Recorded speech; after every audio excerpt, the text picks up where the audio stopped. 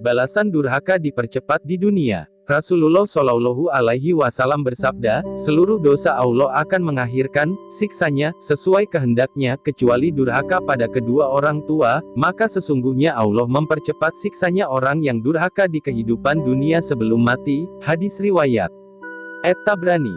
Dalam kitab Faidul Al-Qadir dijelaskan, yang dikehendaki hadis, surga berada di bawah telapak kaki para ibu, ialah tawadu pada para ibu dan keridoan para ibu adalah sebab masuk surga. Imam Al-Amiri berkata, yang dimaksud ialah seorang anak dalam berbakti dan berkhidmah pada ibu bagai debu yang berada di bawah kedua telapak kaki ibu, seraya harus memprioritaskan ibu dibanding keinginannya, serta lebih memilih berbakti pada ibu terlebih dahulu daripada berbakti pada hamba Allah yang lain. Sebuah kisah sebagai bahan renungan terkait topik kita kali ini. Kisah ini kami kutip dari kitab Dura'an Naihin fi Al-Wadi wa Al-Irsyad, halaman 282.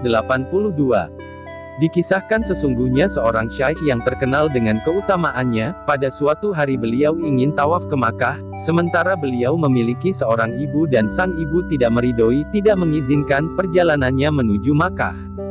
Syaikh tidak dapat memperoleh ridho dari ibunya, namun beliau tetap berangkat menuju Makkah, sehingga sang ibu berdoa, "Wahai Tuhanku, sesungguhnya putraku telah membakarku dengan api perpisahan, berilah dia cobaan."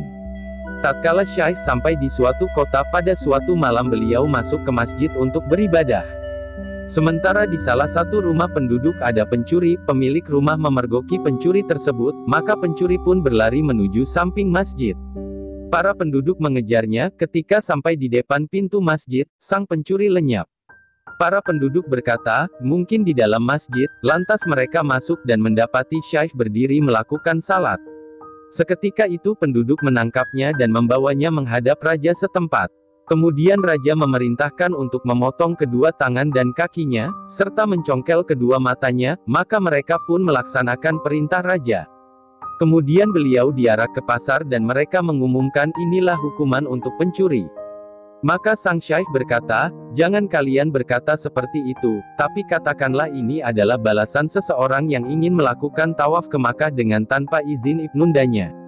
Ketika para penduduk yakin bahwa beliau adalah syaikh, dan melihatnya dalam keadaan demikian, mereka pun menangis dan menyesal.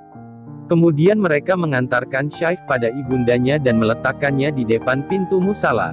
Dari dalam musala terdengar ibunya berdoa, "Wahai Tuhanku, jika Tuhan sudah memberi cobaan pada putraku, kembalikanlah ia padaku, agar aku melihatnya." Maka dari luar syaikh berkata, "Saya adalah seorang musafir yang kelaparan, berilah aku makanan." Sang ibu berkata, "Datanglah kamu ke pintu." Syaikh berkata, "Saya tidak memiliki kedua kaki untuk berjalan ke situ." "Ulurkan kedua tanganmu," pinta sang ibu. Syaikh menjawab, "Saya tidak memiliki kedua tangan." Sang ibu berkata, "Jika aku memberi makan kamu, maka terjadi fitnah antara aku dan kamu." Syaikh berkata lagi, "Janganlah kau takut, aku tidak memiliki kedua mata." Akhirnya sang ibu mengambil roti dan air dingin dalam kendi, kemudian menyuguhkan padanya.